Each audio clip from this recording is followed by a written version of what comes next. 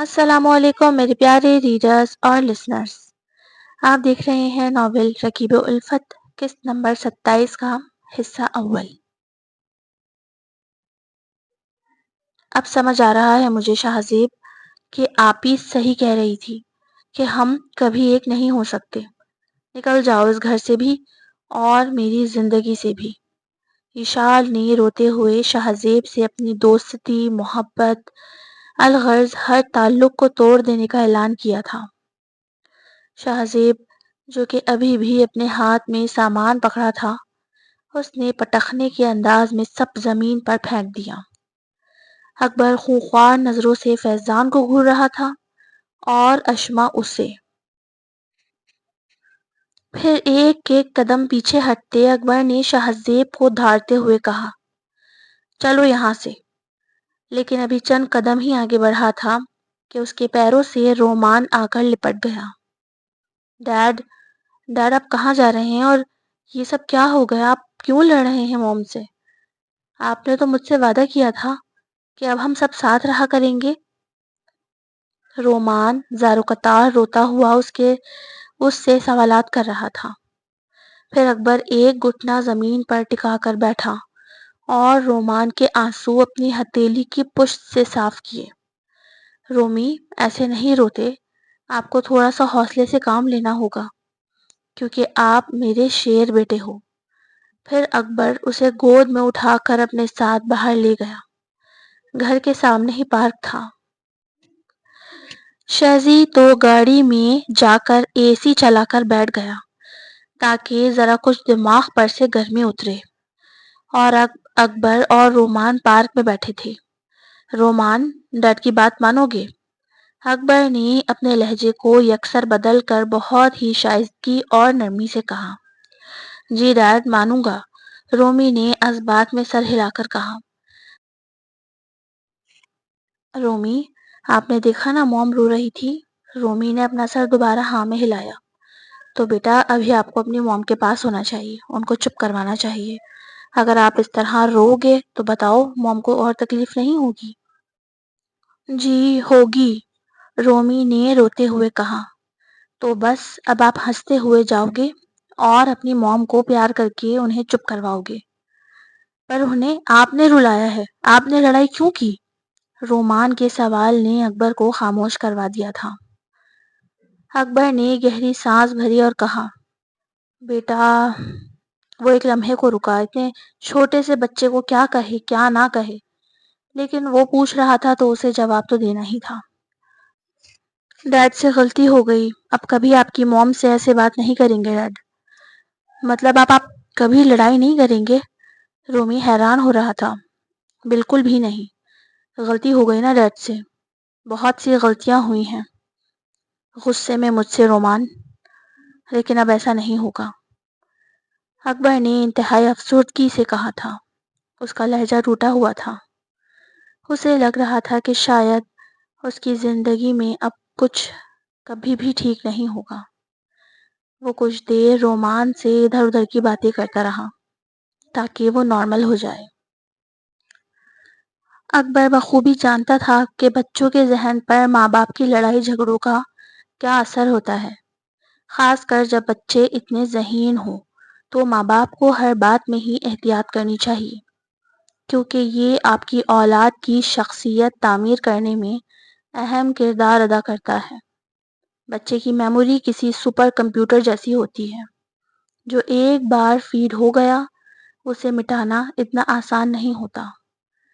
اکبر کو احساس ہو رہا تھا کہ وہ حساس بچہ ان دونوں کی بحث اور لڑائی میں اثر لے چکا ہے، لیکن وہ بھی کیا کرتا؟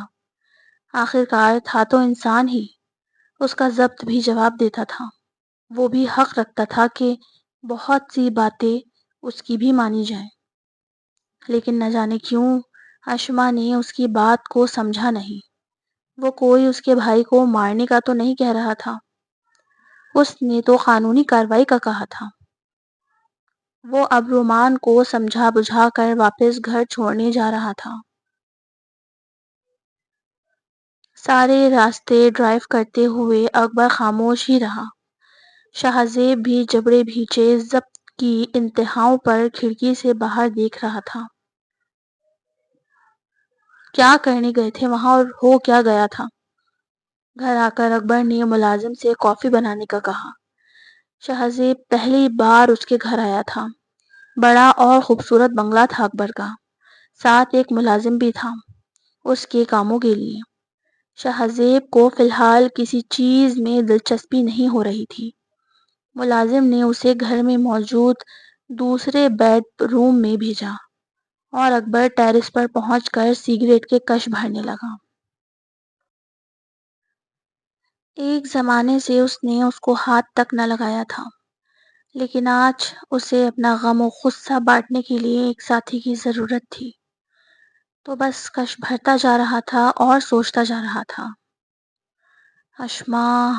اشما، میں نے تو کبھی تم سے فضول باتوں پر بحث نہیں کی، جیسا کہ عام میاں بیوی لڑتے ہیں جھگڑتے ہیں۔ تم نے مجھے سہا، میری بہت سی باتوں کو برداشت کیا، لیکن میں نے بھی بہت کچھ نظر انداز کیا ہے، وہ بھی صرف تمہاری محبت میں۔ کبھی کسی بات کی تم سے باز پرس نہ کی، جبکہ شوہر ہونے کی حیثیت سے میں بھی حق رکھتا تھا، لیکن مجھے تم سے بہت محبت تھی، ہے اور ہمیشہ رہے گی۔ تم نے کیوں اس معاملے پر بھی مجھ سے اعتبار نہ کیا؟ تم نے میرے اس غم کو، اس دکھتی رگ کو کیوں نہیں سمجھا؟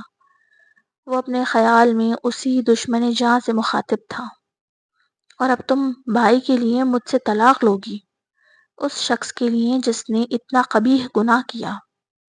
لیکن نہیں اشما بی بی، اتنا آسان نہیں ہے۔ تم نے مجھے سمجھنے میں غلطی کی ہے۔ ہر معاملے کو لائٹلی ہینڈل کرتا ہوں تو اس کا کیا مطلب ہے؟ تم کچھ بھی کرو گی اور میں چپ رہوں گا؟ میں تمہیں کورٹ تک بھی جانے نہیں دوں گا۔ وہ دل ہی دل میں خود سے گفتار کرتا ہوا مصمم ارادہ کر چکا تھا۔ اشما نے اکبر کے جاتے ہی اپنے کمرے کا رخ کیا تھا۔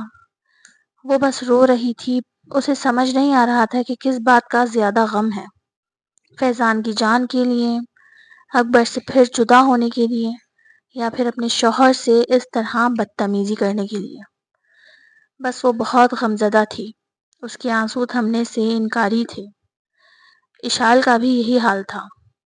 وہ اپنے کمرے میں بیٹھی محبت کی موت کا ماتم منا رہی تھی۔ اتنے میں کمرے کا دروازہ بجا اور رومان اجازت لے کر کمرے میں آیا۔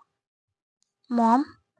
جی بیٹا، اشما نے آنسو پوچھے اور مسکرانے کی ناکام کوشش کی۔ آپ کیوں رو رہی ہیں؟ پلیز چپ ہو جائیں، میری ڈیڈ سے بات ہو گئی ہے، وہ بہت گلٹی ہو رہے ہیں کہ انہوں نے آپ کو کیوں ڈانٹا۔ انہوں نے مجھ سے کہا ہے کہ اب کبھی بھی آپ سے ایسے بات نہیں کریں گے۔ آپ پلیز چپ ہو جائیں۔ اشما خاموشی سے اپنے بیٹے کے منہ سے دلاسے کے لفظ سن رہی تھی۔ اسے اس کی بات سن کر اور رونا آ رہا تھا۔ اسے لگ رہا تھا کہ شاید اس کے نصیب میں بھی خوشیاں نہیں ہیں۔ اس نے آگے بڑھ کر رومی کو گلے سے لگایا، پیار کیا اور بولا، ہاں بیٹا، موم کی بھی غلطی ہے، مما بھی آج کے بعد ڈیڈ سے بدتمیزی نہیں کریں گی، آپ بے فکر ہو جاؤ۔ رومان دونوں ماں باپ کی باتیں سن کر کچھ مطمئن ہو چکا تھا۔ دونوں نے ان حالات میں بھی بڑی ہی عقل مندی کا مظاہرہ کیا۔ بچے کو ایک دوسرے کے خلاف بھڑکانے کے بجائے اپنی اپنی غلطی کو تسلیم کر کے بات کو ہی ختم کر دیا تھا۔ رومی کے لیے یہ بات ختم ہو چکی تھی، لیکن حقیقت یہ تھی کہ یہ ایک نئی جنگ کا آغاز تھا، جس میں اسے صحیح معنوں میں اب اکبر خانزادہ کو فیس کرنا تھا۔ اگلے روز اشما کو ہاسپٹل جانا تھا۔ اس کا بالکل دل نہیں تھا کہ جائے، کیونکہ وہاں پھر اس کا اکبر سے سامنا ہوتا، لیکن مرتی کیا نہ کرتی، اس کی او پی ڈی تھی آج، اپوائنٹمنٹس بک تھی، اسے جانا ہی تھا۔ ابھی ہاسپٹل میں کسی کو پتا نہیں تھا کہ اکبر اور اشما کا آپس میں کیا رشتہ ہے، صرف ریسیپشن کی ہادیہ اور عبد الرحمن جان گئے تھے اس دن، رومان کی وجہ سے۔ ہاسپٹل پہنچتے ہی اسے شفیق صاحب نے اپنے آفس میں طلب کیا۔ جی مس اشما، آج سے آپ کی ڈیوٹی ٹائمنگز پرماننٹ ہو گئی ہیں، صبح 8 بجے سے شام 5 بجے تک۔ ابھی جب تک اوپر سے آرڈر نہیں آتے آپ کو اسی طرح ڈیوٹی کرنی ہوگی۔ اشما کو سمجھ آ گیا تھا کہ یہ کون سے اوپر کی بات کی جا رہی ہے۔ وہ غصے سے اپنے کیبن پہنچی۔ اس نے ایسا کیوں کیا؟ اسے کیا فائدہ پورا دن کے لیے ہاسپٹل میں بانڈ کر دینے سے؟ اس نے ایک پیپر لیا اور اپنا استعفیٰ لکھنے لگی۔ وہ اب یہاں سے جان چھڑا کر جانا چاہتی تھی۔ استعفیٰ لکھ کر اس نے اپنی ٹیبل کے دراز میں ڈال لیا، کیونکہ مریضوں نے آنا شروع کر دیا تھا۔ پھر وہ پورے انہماک سے اپنے کام میں مصروف ہو گئی۔ مسلسل 4 گھنٹے تک اس کی او پی ڈی چلتی رہی۔ مریض آ جا رہے تھے۔ جب کام ختم ہوا تو اس نے تھک کر اپنا سر کرسی کی پشت سے ٹکایا۔ نورین، پلیز مجھے ایک کپ کافی منگوا دیں۔ ابھی نورین نرس حکم بجا لانے کے لیے وہاں سے نکلی بھی نہ تھی کہ ایک ایڈمنسٹریٹر کا بندہ آ کر اسے نیا حکم سنانے لگا۔ ڈاکٹر صاحبہ، آپ کی ڈیوٹی ہے گائنی کے وارڈ میں۔ کیا؟ دماغ صحیح ہے آپ کا؟ ابھی میری او پی ڈی ختم ہوئی ہے، میرا گھر جانے کا ٹائم ہے یہ۔ میم، اوپر سے آرڈرز ہیں، ہم مجبور ہیں، آپ کو فالو کرنا پڑے گا، وہ شخص کہہ کر چلا گیا۔ اشما تن فن کرتی ہوئی اٹھی، اپنا استعفیٰ دراز سے نکالا اور شفیق صاحب کے آفس پہنچی۔ To be continue. AW novels, don't copy my novel. Like کریں، کمنٹ کریں، سبسکرائب کریں، پھر ملتے ہیں انشاءاللہ نیکسٹ ایپیسوڈ میں۔ اللہ حافظ۔